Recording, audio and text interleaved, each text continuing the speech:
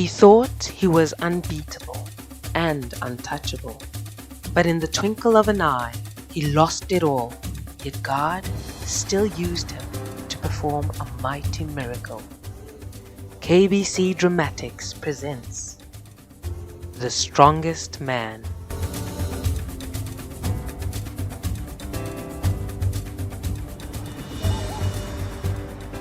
It was a beautiful spring day as he sauntered down the road towards the small town of Timnah. It was a long walk from his hometown in Zorah, but he was in a good mood. The rising sun glinted off his large arm muscles as he casually flicked back his head, sending his thick brown hair flying in all directions, before cascading down his back. He came around the bend and found a man heading in the opposite direction. Ah, Samson, where are you off to so early? Aren't you supposed to be helping your dad? Well, Reuben, all the work at home is done, and I'm on my way to Timnah to see my wife. Oh, I never knew you were married. And to a fat Philistine? Fat Philistine? Fat Philistine? Ha! Now you listen to me, my friend. If you saw her, you would be oozing jealousy. She is the most beautiful woman you have ever seen. I'm sure she is. But I'm rather amazed that the Philistines would allow an Israelite to marry one of their beauties. They weren't all that happy and even tried to trick me. But I showed them. Boy, did I show them. I killed 30 of their men with my bare hands. Anyway, I'd better leave because I had to leave her behind after a few days. So I could help my dad with his harvesting. 2 days later, Samson strode into the village of Timnah. He could see that something was wrong. Everyone was avoiding him. He knocked on his wife's family's front door. No one answered. He knocked harder. After a few seconds, it only opened a little to reveal Samson's father-in-law peering out with one eye. "I want to see my wife," demanded Samson through gritted teeth. Good morning, Samson. Never expected to see you so soon. I'm afraid that is, well, impossible. Oh, what do you mean, impossible? She is my wife. You should know. You were at the wedding, which I paid for.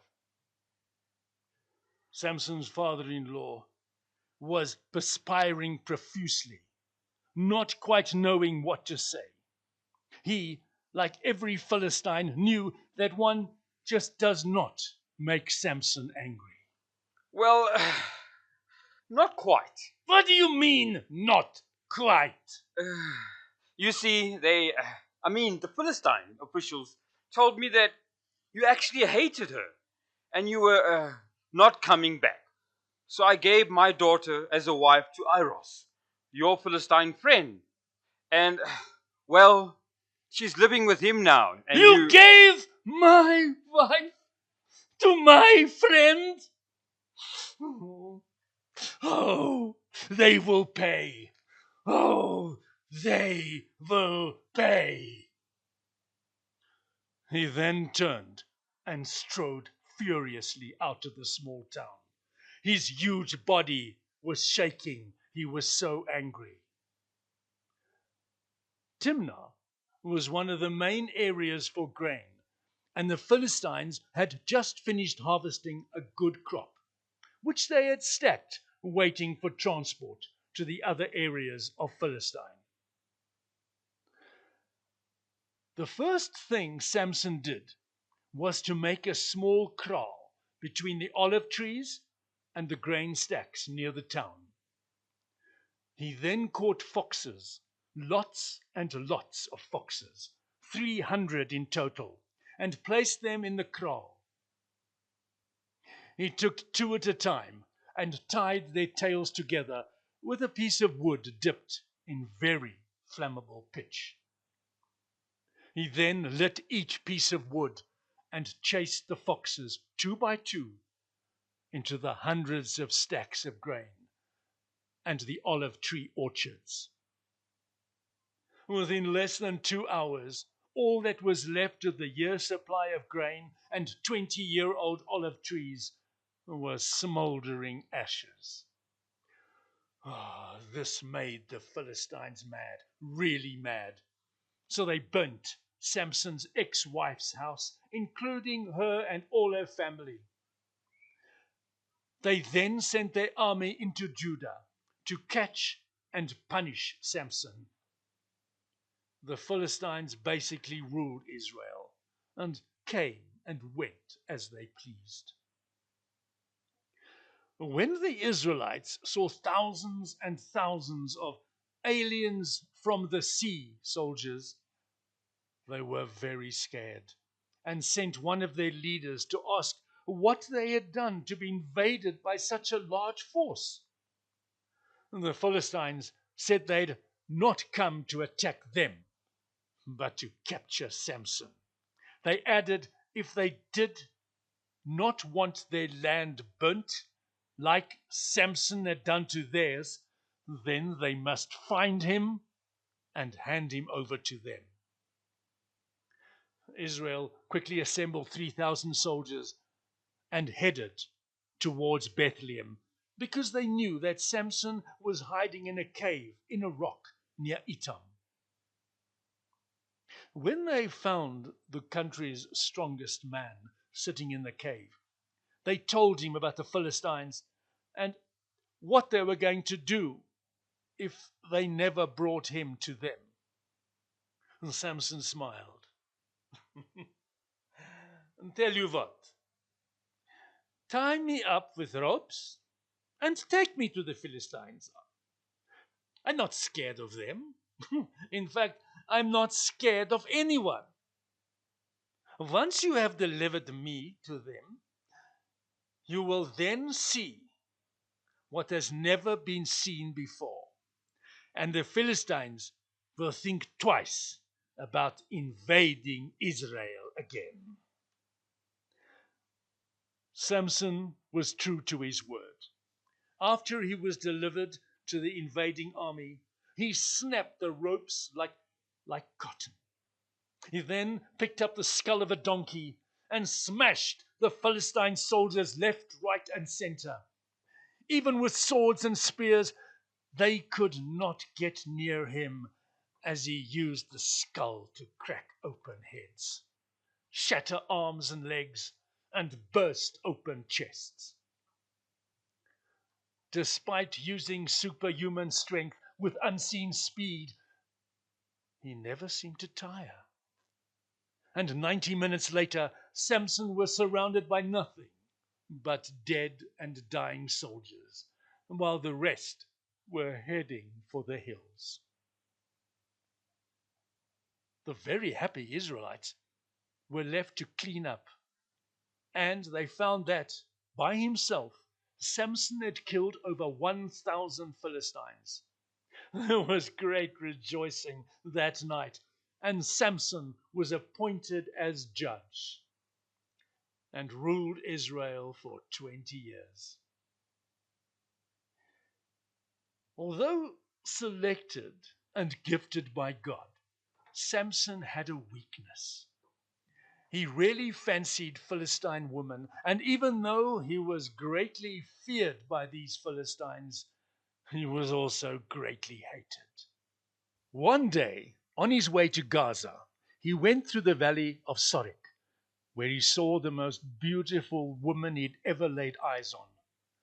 Her name was Delilah, and he wanted her more than he ever wanted anything. It wasn't long before he was going out with her, totally in love.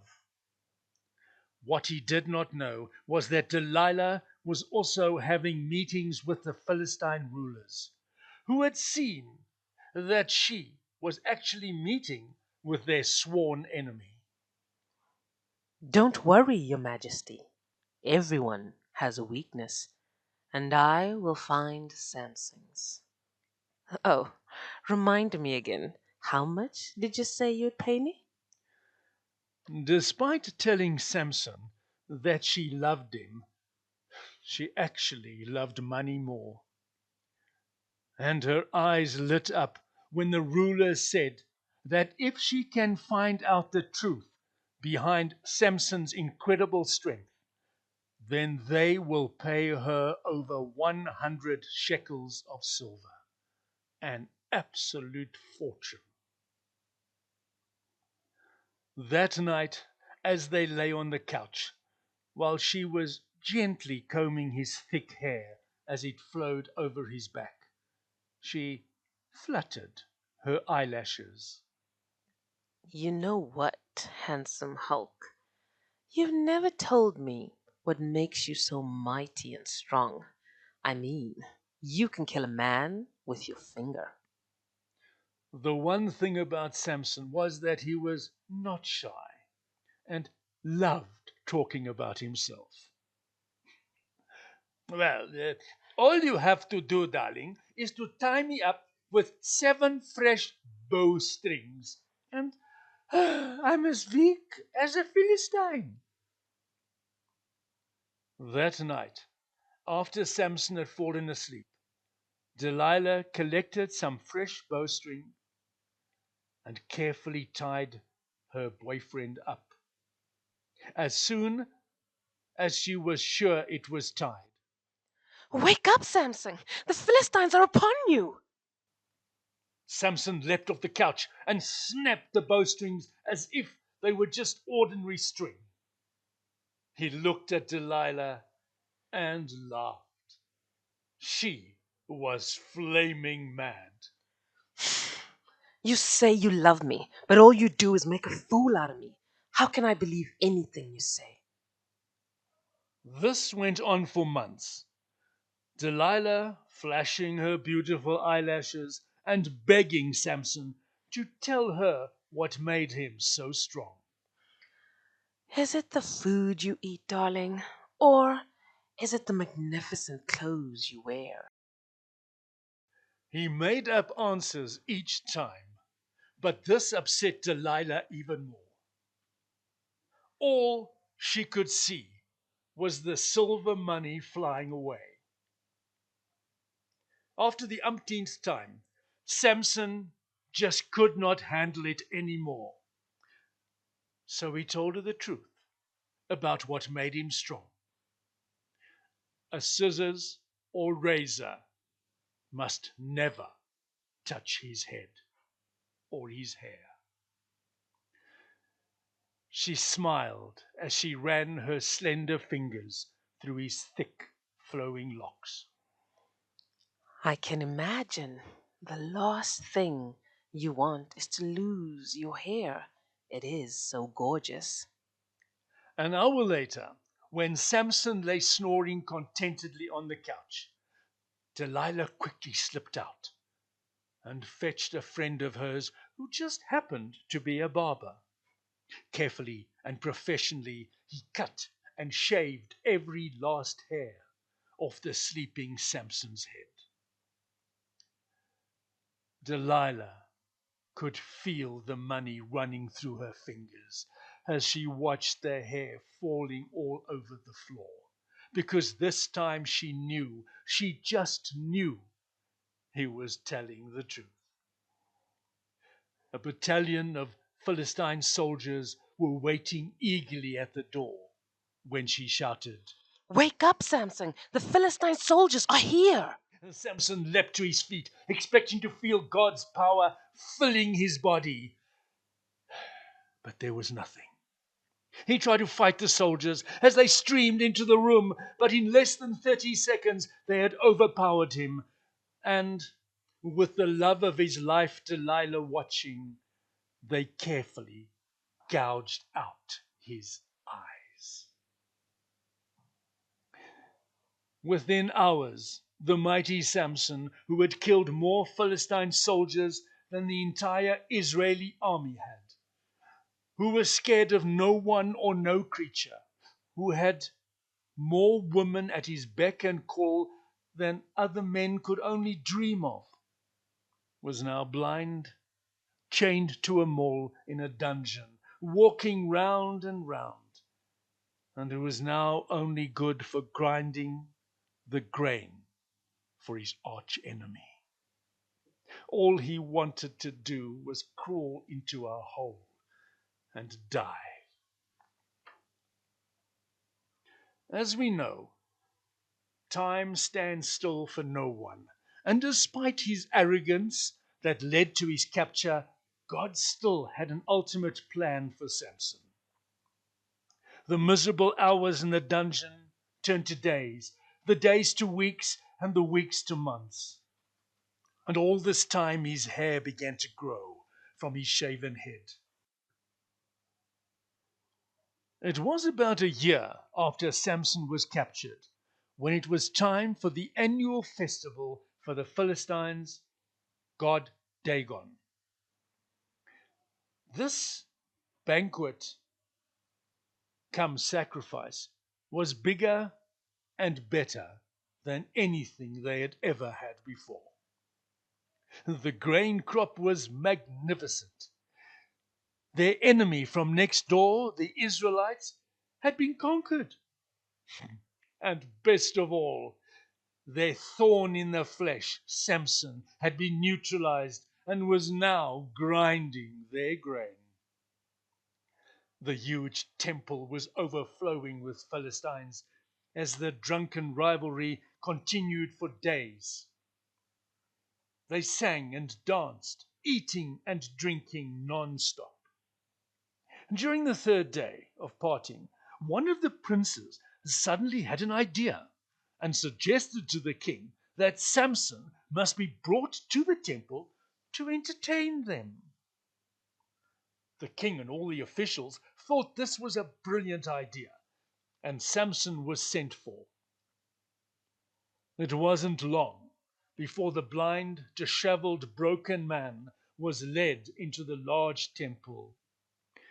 As he stumbled between the jeering, mocking crowd, his insides tightened because he knew that this was going to be his last stand.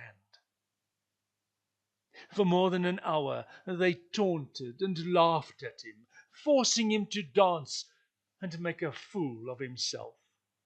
His guide, a young teenage boy, then led Samson to rest against a pillar in the middle of the temple. As the boy helped him lean against one of the pillars holding up the entire building, Samson suddenly felt the power of the Lord filling his body. Please, help me to lean against both pillars. And if you want to live, get out of this building, this temple, as fast as you can.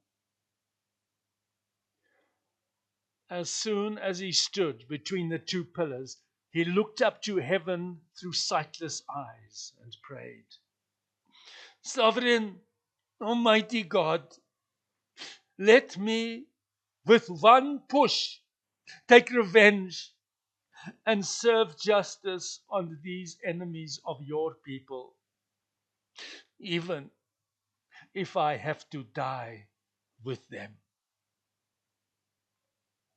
He then pushed with all his might. He first felt a small crack under his left palm as sweat oozed through long matted hair.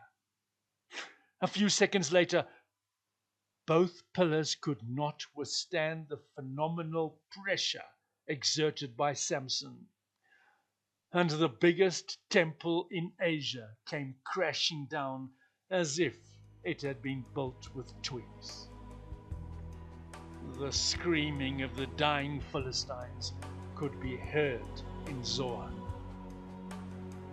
In 30 seconds, Samson had with his death, killed more of the Dagon worshippers, including the king and princes, than he had done during his entire life. As a result of one man's strength and God's mighty power, the Philistines never invaded Israel for over 300 years. Despite man's weakness, God's ultimate plan will always be achieved.